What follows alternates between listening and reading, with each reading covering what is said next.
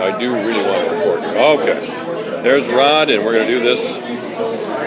Hello. Yeah, we're going to do this both ways here. We're going to try to keep Rod in the conversation here. All right, I'm Michael Devine, and this is we are broadcasting live from the Ritual Cafe here in Des Moines. And this is Rod Lyman. How are you, Rod? Very good. I'm delighted to meet you, and I'm glad that you are here in Des Moines as part of the climate change. You started with the Walk for Climate March in Lincoln, you said. Correct.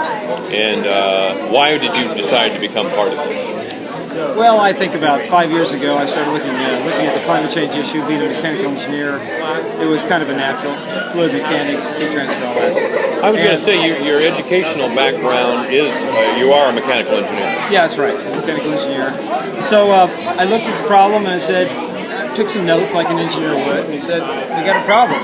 So I dusted my hands of it after about 6 months of research and walked away. And then for some reason, some newspaper article, I came back and looked at it again, and things had changed. I looked a little deeper. I saw it was much more serious, that the time frames were squeezing in, and that this was probably going to be maybe the biggest challenge humans have ever faced. Well, and that's always the question, and it's a question I always ask professionals like yourself or those involved in climate change on either side. In your opinion, as an engineer, and as you mentioned, you've done considerable research, personal research, is climate change, first of all, is it real, and do we have to act on it immediately? Yeah, it's real, and the reason why we have to act on it immediately is because there's an enormous inertia to this event, and also there's a time lag. We will not see the full effects of the CO2 we put in the air 30 years ago until now, and the CO2 we put in the air since then, we will not see for another 10, 15, 20, 30 years. So the problem, the biggest challenge with this is that the scientists know that there is a big balloon of change coming, and yet we're not able to sense it and act on it, but we need to act on it now, because if we wait too long, it'll be too late. Now, you said big balloon of change. What do you mean? What's going to happen? You're going to see major changes in temperature and in weather events. And that will how will that result in flooding, or what sort of scenario do you envision? Well, the main indicator to watch is the Arctic, and when that starts changing dramatically, that means it's really up upon us, and it's already starting to.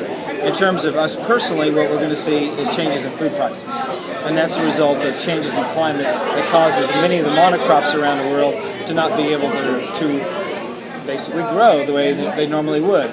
So things are going to move around. I think that the sea level rise is one of the minimal concerns in the immediate future. It's food that's going to be, and water, and associations that's going to be the problem. You know, if the food supply is threatened, that's something Americans can't comprehend. But if the food supply is threatened, that's trouble. Yeah, it's big trouble. It means chaos. I mean, Americans are going to be relatively well off in this regard, but you're going to see major chaos in probably India and China as a result of this.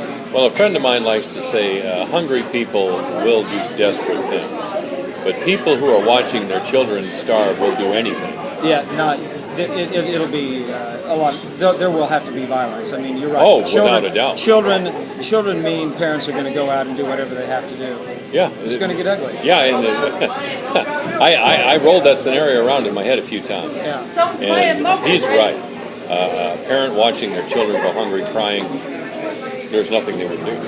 Well, and that's why I tend not to take too much credence with survivalists who would be on about 3 weeks worth of backlog of food and water and so on, because after 3 weeks, people are going to be going crazy, and if you have food, they will know it and they will come after it. So, how long do you intend to stay with the March then? We're in Des Moines. You've been with the March since Lincoln, Nebraska. Are you going all the way, or part of the way, or where are you going? All the way, because I found this is my kind of community, because I'm learning so much more about climate science.